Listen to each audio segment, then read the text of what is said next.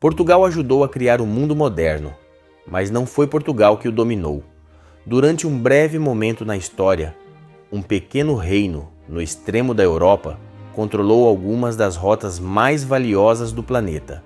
Especiarias, ouro, comércio, poder, tudo passava por Lisboa. Mas então, algo mudou. Em poucas gerações, esse controle começou a desaparecer, e no lugar de reis e impérios, surgiu algo novo, mais rápido, mais eficiente, mais poderoso. Um sistema que não conquistava apenas rotas, mas influenciava o mundo. E esse sistema não foi liderado por Portugal, foi liderado pela Inglaterra. A pergunta é: como o país que conectou o mundo perdeu o controle sobre ele? Durante séculos, o poder tinha uma forma simples: terra. Quem controlava território controlava quase tudo. Genghis Khan expandia seu império com força brutal. O Império Romano conectava continentes com estradas e legiões, e em 1453, o Império Otomano tomou Constantinopla e passou a controlar e encarecer o acesso europeu às riquezas do Oriente, porque as maiores riquezas do mundo não estavam na Europa, vinham da Índia, do Sudeste Asiático, da China. Pimenta, cravo, canela, seda, produtos raros, valiosos e distantes. Para chegar até eles, era preciso atravessar um sistema de intermediários, comerciantes árabes, venezianos, genoveses. A cada etapa, o preço subia, o comércio existia, mas era limitado, controlado, e então, quase fora do centro do poder europeu, existia um pequeno reino, Portugal, pouca população, poucos recursos e um vizinho poderoso pronto para dominá-lo. Pela lógica da época, Portugal deveria desaparecer, mas fez exatamente o contrário. Em vez de olhar para a terra, olhou para o oceano e tomou uma decisão que mudaria a história. Não iria dominar territórios contínuos, iria controlar rotas. Mas essa história quase não aconteceu. No final do século XIV, Portugal estava à beira do fim. Em 1383, o rei morre sem herdeiros. O trono fica vazio e Castela tenta anexar o reino.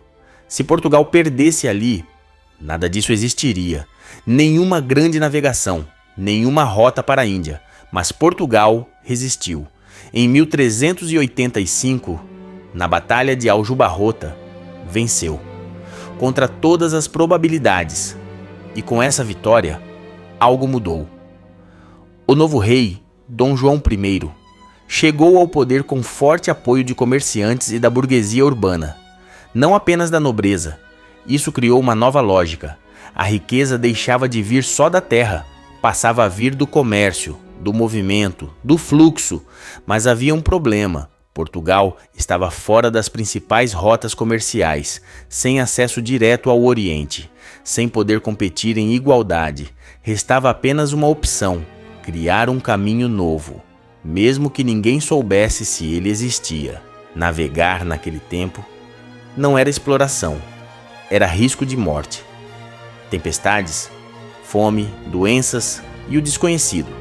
Durante séculos, acreditava-se que o oceano escondia perigos além da compreensão, até que, em 1434, Gil Eanes atravessou o Cabo Bojador e voltou. Nada de monstros, apenas caminho. A partir daquele momento, o medo começou a desaparecer. E quando o medo desaparece, o mundo se abre. Décadas depois, Bartolomeu Dias contorna o extremo sul da África, o Cabo da Boa Esperança, e prova que o Oceano Índico está ao alcance. Em 1498, Vasco da Gama chega à Índia. Pela primeira vez, a Europa alcança o Oriente por mar, reduzindo drasticamente a dependência de intermediários. O mundo nunca mais seria o mesmo. No início do século XVI, Portugal torna-se uma das principais potências comerciais do mundo. Não um império de vastos territórios contínuos, mas um império de conexões estratégicas. Goa, Malaca, Hormuz, Lisboa. Pontos-chave: controlando rotas vitais. Sob o comando de Afonso de Albuquerque, Portugal consolida o domínio sobre gargalos essenciais do comércio marítimo.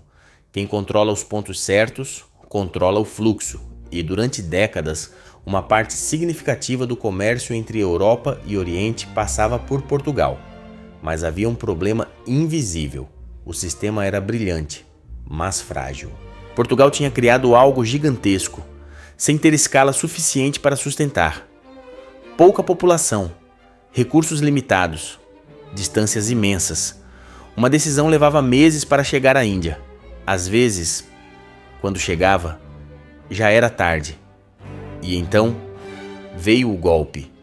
Em 1578, Dom Sebastião lidera uma expedição ao norte de África e desaparece na Batalha de Alcácer Quibir, sem rei, sem herdeiro direto. Portugal entra em crise.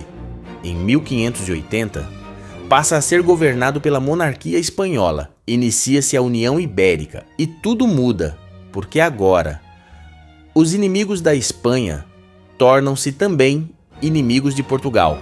Enquanto Portugal enfraquecia, outros aprendiam. Em 1602, nasce a Companhia Holandesa das Índias Orientais, um novo tipo de poder, não baseado em reis, mas em capital, investidores, risco compartilhado, expansão acelerada.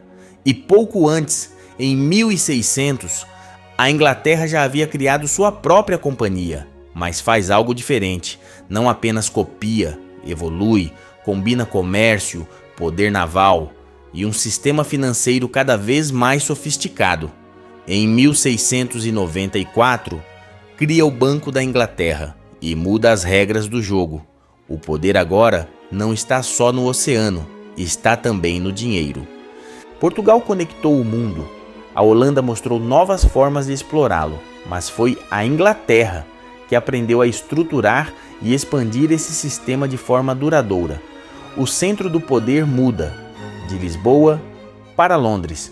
O comércio vira sistema, o sistema ganha escala e o mundo moderno começa a tomar forma.